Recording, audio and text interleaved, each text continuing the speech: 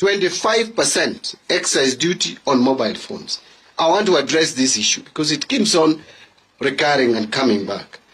In the debate in the social media, not alternative media, every media has been mentioning this. So this is my response.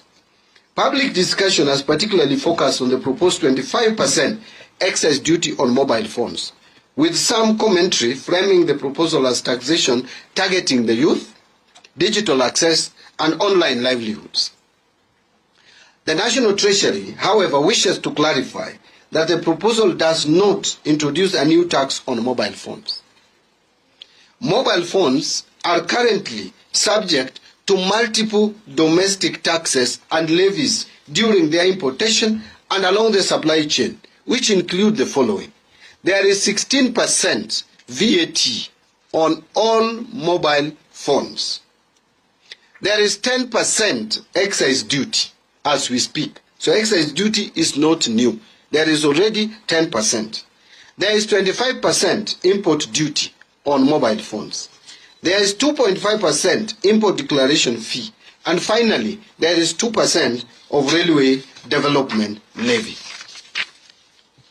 These taxes and levies cumulatively create an aggregate tax burden of approximately 55.5% within the current mobile phone taxation framework. 55.5%. On the contrary, the proposal under the Finance Bill 2026 seeks to simplify.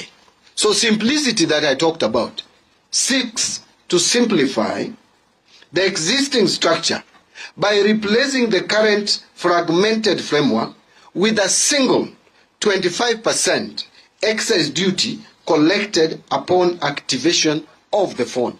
And I have explained this before, that at the moment when the phone arrives at the point of entry, all these levies and taxes are charged. The customs duty, 25%, excise duty, 10%. There is VAT at the point of landing here, 16%. There is import declaration fee of 2.5%, and there is 2% of railway development levy. All that is charged when the phone arrives. Now, immediately the phone leaves the port of entry, there are other taxes because it is followed along the supply chain until it reaches the consumer or the customer. VAT will be charged at every single step. And you see the danger with that, and we have explained, is that phones that are brought and put in the store, which have not been sold, the vendor has already paid taxes, reducing their liquidity.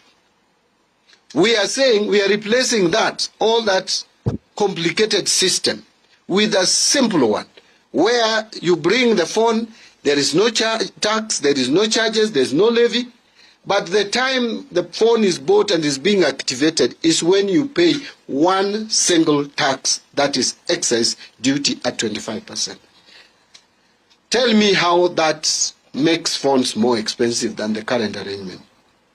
So if enacted, mobile phones will no longer be subject to 16% VAT, 2.5% import declaration fee, and a 2% railway development levy under the proposed framework.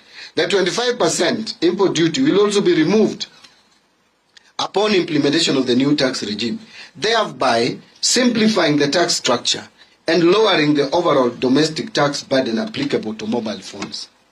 The proposal was therefore primarily conceived as a tax simplification and rationalization measure rather than the introduction of a new tax on digital access. The National Treasury recognizes that mobile phones increasingly serve as essential tools for communication, education, financial access, online businesses, digital work, and youth economic participation, which explains the heightened public interest surrounding the proposal.